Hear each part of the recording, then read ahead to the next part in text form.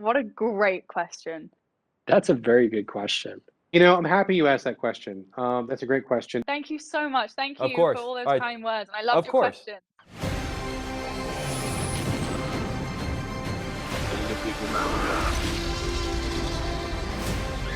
Where we're going, we don't need roads. Emilia, seriously, thank you so much for taking the time. I am obsessed with this Thank movie, and you're you. absolutely incredible. So I'm going to jump into this because I have a ton of questions for you. I Okay. genuinely love the moments in your performance when you're using sign language with your family, but you're doing it so passionately. I can see your performance in the delivery of sign language. And I was wondering if you could tell me about the process of not just learning sign language, but learning how to act and actually give a performance using sign language. I loved basically portraying my feelings through a different medium.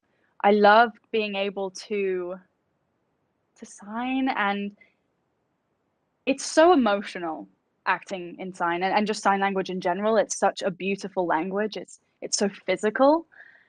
And I loved that it kind of got me out of my head and allowed me to embody what I was saying. And I guess it kind of makes you feel you're more vulnerable because there are no words to hide behind.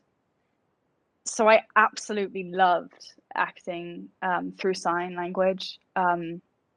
Learning it, I trained for 9 months prior to flying to Massachusetts, and then I had an amazing teacher called Anselmo de Souza, and he didn't just teach me ASL. He taught me all about deaf culture. So I worked with him for 9 months, and then I flew to Massachusetts, and I worked closely with Alexandria Wales and Anne Tomasetti, who were our ASL directors, and they really pushed me. I think they knew that I loved a challenge and that I wanted to, I was taking on this role and I wasn't afraid. I wanted to learn. I wanted to immerse myself into the world and the culture. And I was just so grateful that I had Troy, Daniel Marley, and Alexandria, all of our interpreters on set who were coders. I had a great group of people around me that kind of helped me and welcomed me into their community in a way. Well, it obviously worked out very well because the performance was amazing. But aside from your Thank performance, you. your voice in this film, like, genuinely just blew me away. And it was actually kind of Oh, awe-inspiring. So I'm sort of curious, now that you have both acting and singing under your belt, do you consider yourself an actor who can sing very well or a singer who can act very well? neither. I guess. Um, I mean, I loved it. I had never had a singing lesson before, so it was something that it was something that was very new to me. I had done a musical in the West End when I was like 8, and I'm always singing around the house and in the shower and things. I grew up in a musical family, but I'd never had a lesson or kind of trained. So it was very new to me. So hearing you say that, I'm like, oh my gosh, okay, thank you.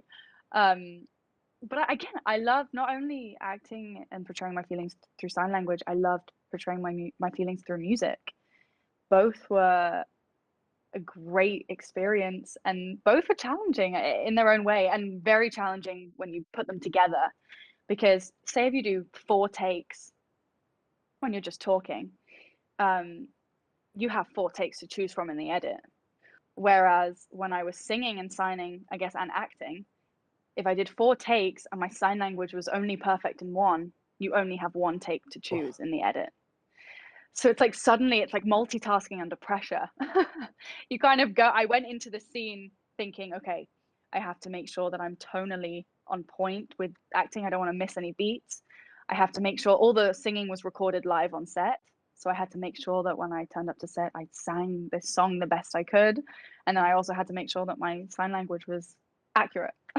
oh my So God. that I was just got anxiety just hearing all of that. I can't even imagine you being on set. As we wrap up, I have to say the relationship that you have with the other actors, your family in this movie, it's so genuine, it's so authentic. I was wondering if you could compare the first and last days on set. What was that evolution of your relationship like? How much of a family were you guys by the time you heard cut for the last time and then had to drive away to go home?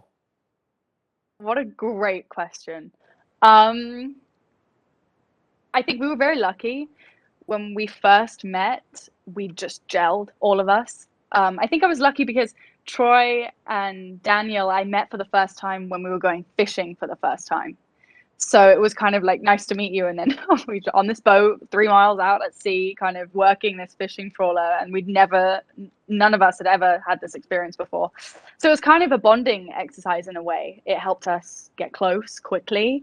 And then we met Marlee for a rehearsal at the Rossi household. And again, we just all clicked. We all gelled. I know that Troy, Marlee, and Daniel kind of knew each other before, but they all just welcomed me and were so warm and personable and kind. They all looked after me. We kind of just had that family dynamic. Marlee was like a mother figure to me. She was checking I was warm enough and I was eating enough, and she was constantly cooking for me on weekends and things. And she was helping me too. She helped me a lot. I'm kind of new to this. Although I've been acting since a very young age, I'm kind of new, and she is obviously an icon, and so she was kind of like a mentor, and I really look up to her. And Troy was missing his daughter and I was missing my dad, so we kind of fell into this relationship and had this connection. And Daniel is the kindest, warmest person I have ever met. And we kind of had this brother and sister relationship. We would kind of tease each other. He was constantly teaching me dirty signs. Troy as well. Which I love, by the way. Troy loves a dirty sign. And he also was always helping me with my finger spelling, which kind of allowed us to have this, I definitely saw him as a big brother. And then we just got closer and closer and closer and closer during this movie. It was a very, very special film to make. And we all just put our hearts and souls into it. And I've never cried so much than when we wrapped this movie. It had been such a big part of my life for so long because of all the prep. And I guess I was surviving on like kind of 2-3 hours sleep a night with all the signs. Because, things change when you're on a film set, but it also meant that the signs would change and it wasn't my first language. So I guess I just worked so hard for so long. And then when they called cut, I just burst into tears and I couldn't believe that we kind of all done it together. And I've never felt so close to people that like I did on this film set. Well, they're giving me the rap. If it makes you feel better, I also ugly cried during this movie. Like, not even a cute single tear, like a gagging cry. So I just want to say, as they're giving me the rap, I'm actually traveling for another junket. And so I'm in my hotel room. I would normally not be doing these like in front of my bed. So I just want you to think why is he doing it from his bedroom? It's a very nice hotel room. Thank you very much. But seriously, I'm also in a hotel, but I'm hiding it. Okay, that's fair. It looks good. It looks very good. Emilia, seriously, this is the first time we've ever spoken, but I really hope it's not the last. Yeah. And I hope next time it's in person so I can shake your hand because you're brilliant. Same. Thank you so much. Thank you for all those kind words. And I love your questions. All right, thank you so much. I appreciate it. Have a great day. Yeah, you too. Marlee, I have to tell you, this is an absolute honor to speak with you. I'm such a fan, and this movie is an absolute masterpiece, so I really appreciate your time. Thank you very much. And I was born and raised in Chicago, though. Oh, I know, and we love you very much. I'm going to jump right into this. I have 1,000 questions for you. It really is so incredible seeing so many different films represent the deaf community in different types of stories. You have this film in Sound of Metal and A Quiet Place and I believe The Eternals. And you made history by winning the Oscar for Children of a Lesser God in 1987. I'm sort of curious, what change did you see in the industry then after you won your Oscar?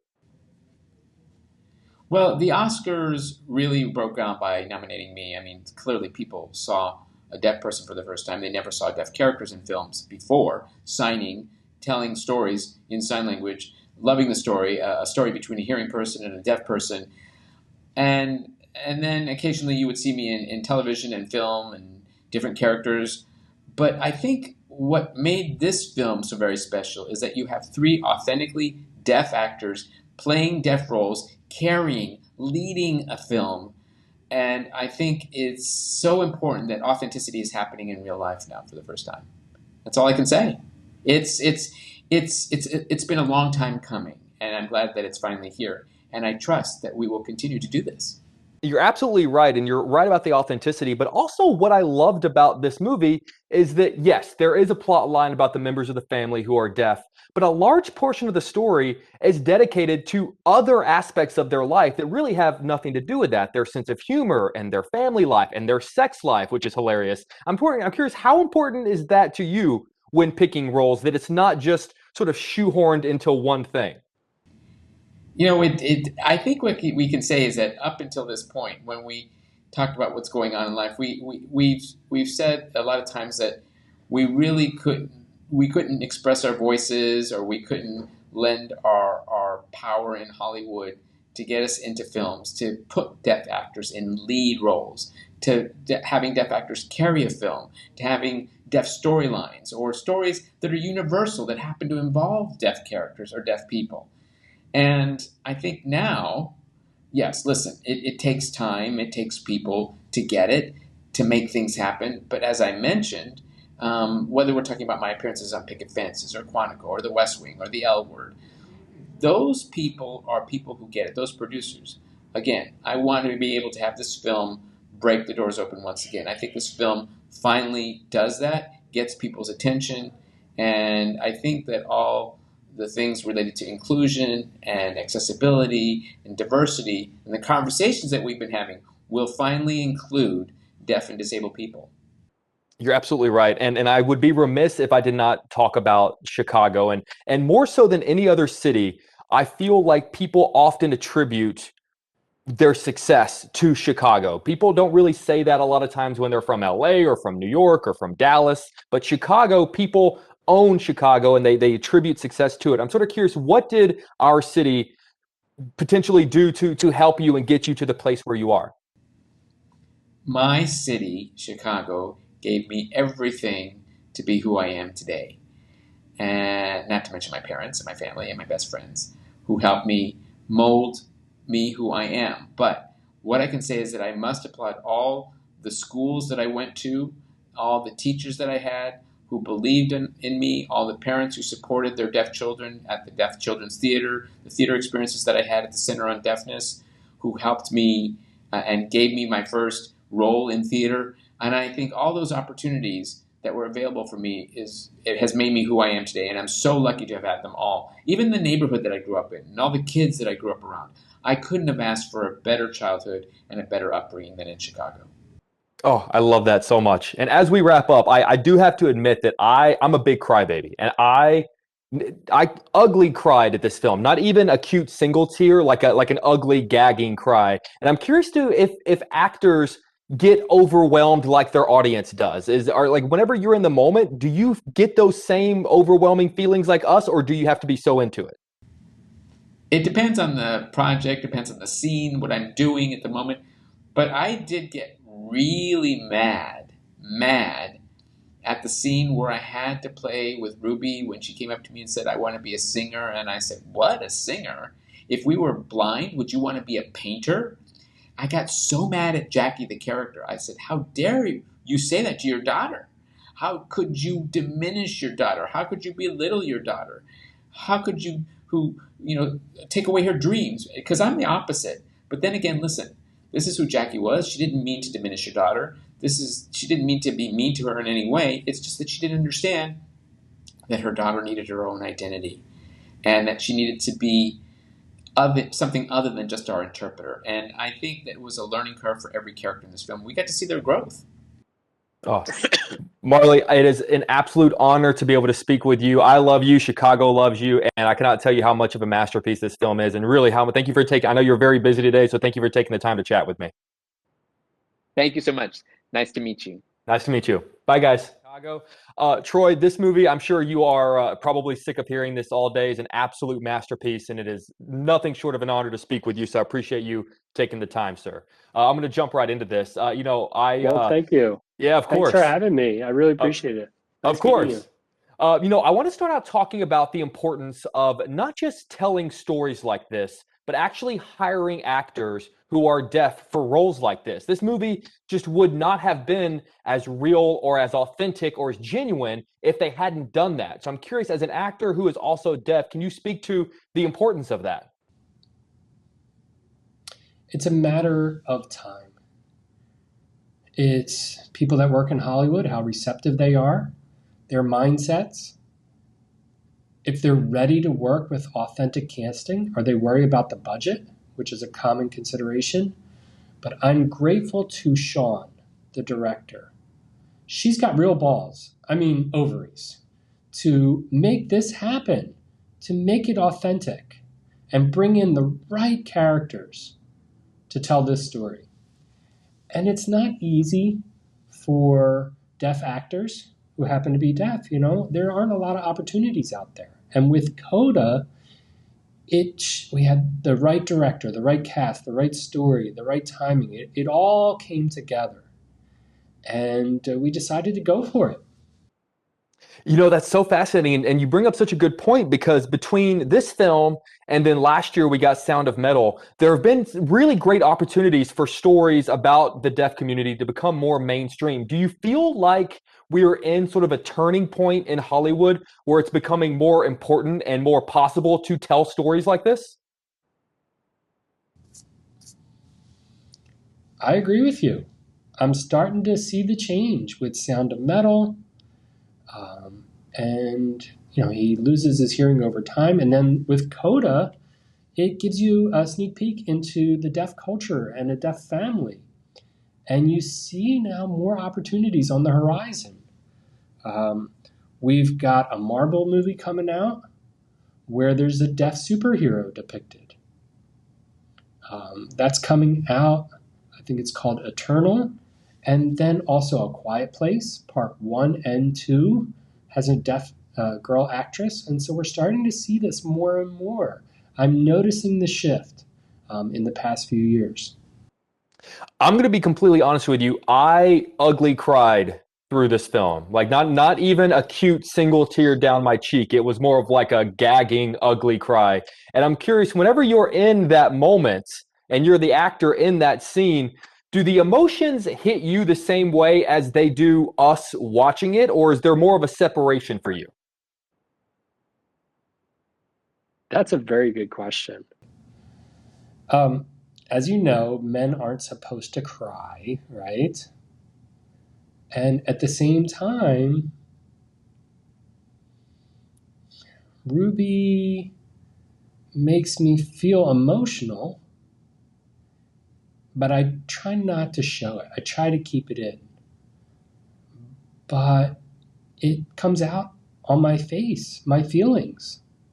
And that's the challenge for me, to try to mute that, because look, the audience isn't stupid. At least I hope, right? They can feel that being exuded. And I think in this situation, less is more. You don't need to convey that much, but there's an undercurrent that you know and you feel. You're absolutely right. And I have to tell you, as we wrap up, I think that undercurrent comes from the relationship you have with the other actors in your family. And this film is so genuine and authentic. I was wondering if you could sort of compare your first and last days on set, the evolution of your relationship. I'm sort of curious, how much of a family were you guys by the time you wrapped on the very last day?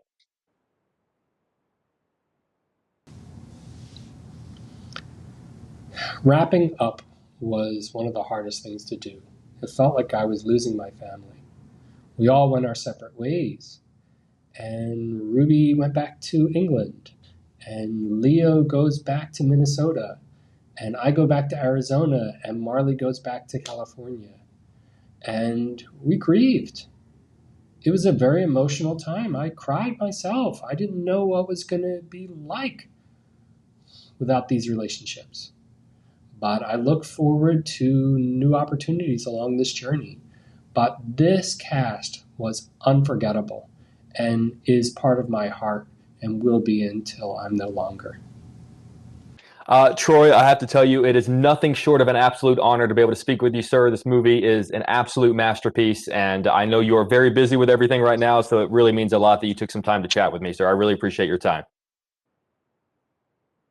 Nice chatting with you. Hopefully we get to meet someday. Thank you. We will. You're in Chicago. Take care, sir. By the way, I hate the Bears. No offense.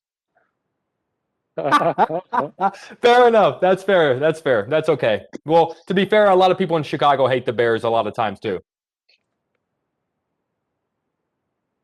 I don't blame them. Bye. Nice meeting you. Daniel, seriously, what an absolute honor to speak with you, man. This movie is an absolute masterpiece. I ugly cried the entire time, so I appreciate you taking the time to chat with me. Yes, I'm excited to be here with you. So I want to jump in about the fact that I'm in awe of how genuine of a family you guys all really seem to be. And I know actors oftentimes don't have a lot of time to get to know each other. You're just kind of thrown into it. So I was curious, what was the first moment for you as an actor where you felt the four of you guys really clicked and you kind of thought, okay, we are absolutely a family now? Honestly, I believe it was the first night that we got together, the first night we met. It was just right then and there. Of course, we're actors. We were talking about, how this comes together, but it was magical. With the understanding, though, that, we did rehearsal and stuff before that. But even before we did rehearsal, I knew Marlee Matlin and I knew Troy Kotsur. I had worked with them before professionally. Troy on stage, Deaf West Theater in Los Angeles. And I had worked with Marlee on the TV series Switched at Birth and also Broadway Spring Awakening. So I knew the both of them already. I had never met Emilia Jones before. So she got the role and all of us were excited to meet her. And that first night, we had a big dinner together. Emilia showed up and she was very friendly, looked very excited to meet us and just really motivated. So she was ready to just, get to work and get in the role. And we were all going to get in the character of our family members. And she did a great job. I mean, Emilia was learning from us, and Troy likes to tell lots of ASL stories. He likes to share deaf culture, jokes and things like that. So we were sharing all this stuff with Emilia, and she was like laughing and taking it all in and doing great and just asking us questions and just learning from us. And I mean, after that first day, I felt like it all just came together organically. We became so close. And it lasted, until the end of the filming. And even today, 2 years later, that same feeling is still there. I feel like we are still connected as people. So, I think the casting was great. It was the right people for the right role. I think it was magical. I do believe, though, that you're leaving out an important part of the story, because I just spoke with Emilia and she said that you cherished any opportunity to teach her dirty words in sign language. And she said that was one of her favorite moments. I was wondering if you could just talk to me about that.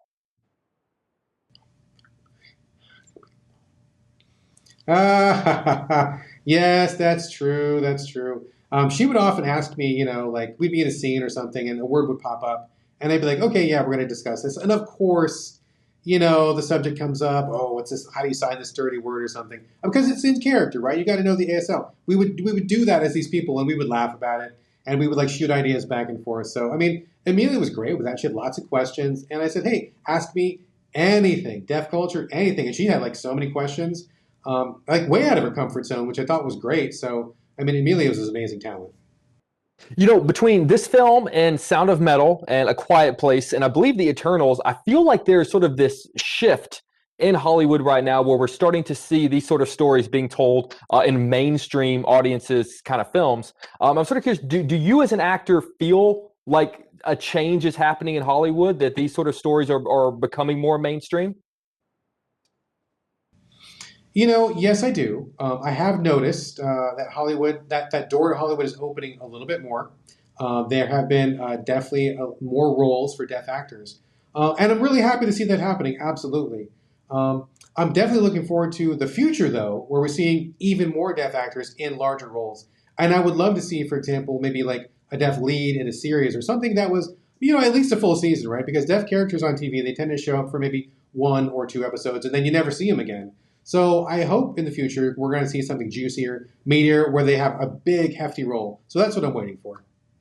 So then that's such a great point. To that point, who are the people that need to make changes? Do you think it's the people at the top that need to start sort of crafting these kinds of stories? Is it the casting directors? Is it media? Like, can we do stuff on our end? Like, what can everyone do to make sure that this is not just a moment, that it is the reality moving forward?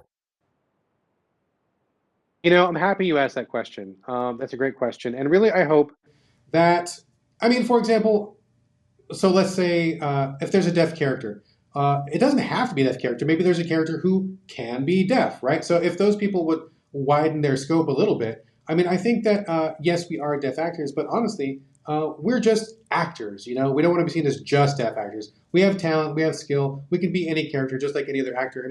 I could play any role. I wouldn't mind being in a Marvel film. Hey, Star Wars, call me up, right? Like any character, I would love it. So yeah, we can do those. And as we wrap up, to that point, that's what I love about this movie is like, yes, there is a major plot point about the fact that members of this family are deaf, but it also dives into a really great brother-sister dynamic. And being embarrassed of your parents' sex life, dreams and aspirations. And I'm sort of curious, how important is that as an actor when picking a role to make sure that it's not just about the fact that a character is deaf, but like you said, that it's everyday life, just like everybody. Oh, absolutely. Absolutely. That is so important. And, really, We had many discussions about this and our goals for this movie. And we really wanted to show a family movie, right? Like you said, we are deaf actors, but the point is it's a family movie. Not a deaf family movie, but a family movie. I think any family can relate to this. Every family has their struggles. There's BIPOC families out there. There's many different cultures out there. There's maybe a family who are deaf like us, but they're not exactly like us. Everybody's got their own differences. But I feel like all families can find something to relate to in this. Families tend to support each other. Brothers and sisters look out for each other, like as I do for Ruby in the movie. I feel like these are really universal themes that can connect. It's not just a deaf family movie, it's a family movie. Daniel, seriously, it was an absolute honor to speak with you, man. The movie is nothing short of a masterpiece, and I hope you can tell how much I love it. And I know you're busy today, so I really appreciate your time. All right. Thank you so much. Thank you. Really appreciate it. Thanks for having me. Take care. Thanks, guys. And Brad, pleasure to meet you, man. All right.